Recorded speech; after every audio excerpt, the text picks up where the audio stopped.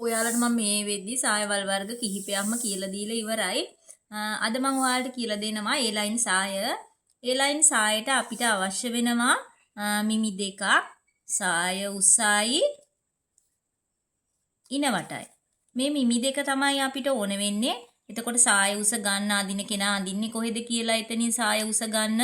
ඊට පස්සේ ඒ වට ප්‍රමාණය එතනින් ඕන ඉනවට ප්‍රමාණය ගන්න. එතකොට මම මිමි දෙකක් ලියා ගන්නම් සාය උස 22යි කියලා ඉනවට 30යි කියලා. අපි මේ මිමි දෙකට අදාළව ඒ ලයින් සාය කපන්නේ කොහොමද කියලා බලමු.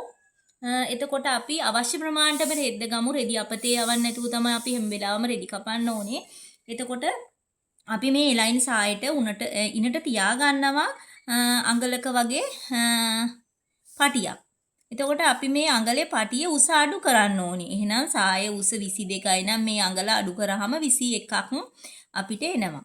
අපි මේ 21ට උඩට යටට මෙහුම් වාසි තියලා අපි පුරුදු වෙන කෙනෙක් ඉඳලා අපි 23ක උස රෙදි කොටසක් ගමු. ඒ කියන්නේ ටේප් එක තියලා ඔයාලා 60 පල්ල රෙද්දක් කියලා කියමුකෝ හිතමුකෝ මේක. 60 පල්ල රෙද්දක් නම් ඔයාලට රෙදි කොටස් දෙකක් අවශ්‍ය වෙන්නේ නැහැ.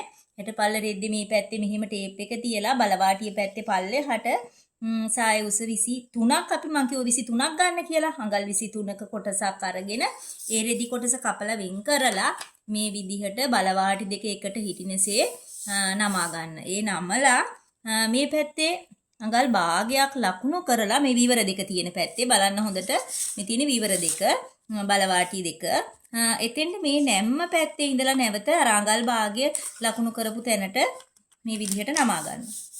ඒ නමලා ඔයාලා උඩින් අපි රෙද්ද කෙලින් කරගන්න ගොඩක් වෙලාවට මේක ගහන්නේ අඟල් භාගයක් තියලා මේ විදිහට රේඛාවක් ඇඳ ගන්න. මෙතන රේඛාවක් ඇඳලා ඔයාලට පේනවා දැන් මෙතන තියෙනවා විවර දෙක මෙතන තියෙනවා නැම්ම. අපි මේ විවර දෙකයි නැම්මයි තියෙන පැත්තේ ඉඳලා තමයි මිම්ම ලකුණු කරන්නේ. ඊට පස්සේ ඔයාලගේ ඉනවට 30යිනේ අපි ගත්තේ. ඉනවට 30 ටේප් එකට අරගෙන මේ විදිහට දෙකට නමලා නැවත හතරට නමලා ඒ එන ප්‍රමාණය අපි මෙතන මේ නැම්මේ ඉඳලා ඉස්සරහට ලකුණු කරනවා. අපි කියමුකෝ මට ආවේ 7:00යිනේ. අපි 7:00 මේ මිම්මේ මේ නැම්මේ ලකුණු කරනවා මේ රේඛාවේ ඉන රේඛාවේ. එතන ලකුණු කරලා අපි නැම්මේ මෙතන ඉඳලා පල්ලෙහාට සාය උස ලකුණු කරනවා. අපිට 21යිනේ. උඩට අයින් කරාට පස්සේ ඒ 21 අපි මෙතන ලකුණු කරනවා. ලකුණු කරලා ඒකත් අපි යටවාටි රේඛාව විදිහට දික් කරගන්නවා මේ විදිහට. ඊට පස්සේ ඒ ලයින් සායට අපි ගොඩාක් ප්‍රමාණය අපිට ඕන විදිහට ඒ ලයින් සාය වෙනස් කරන්න පුළුවන්. ඒ කියන්නේ මෙතන අපි 7:00යිනේ ආවේ.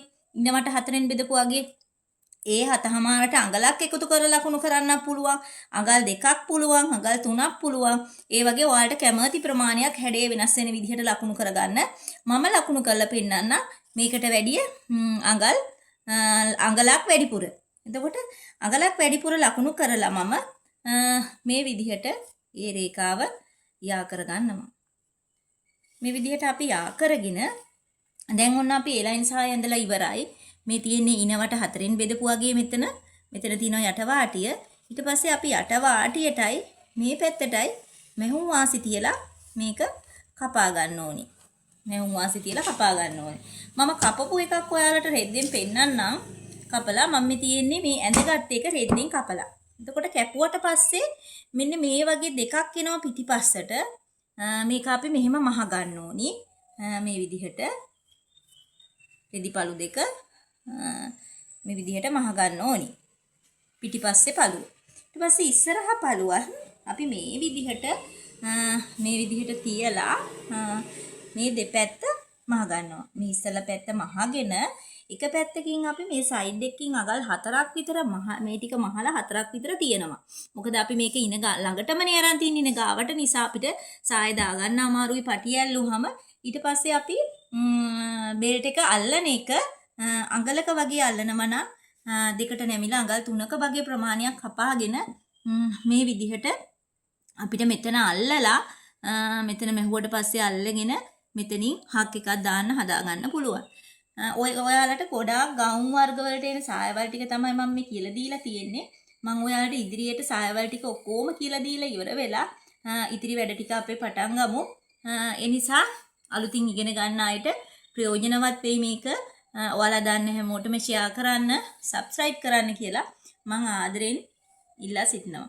ඒ වගේම මගේ WhatsApp නම්බරේ තියෙනවා. ඔයාලට මොකක් හරි ප්‍රශ්නයක් තියෙනවා නම් මම WhatsApp නම්බරේ දාන්නම්. ඒකට මැසේජ් එකක් දාන්න.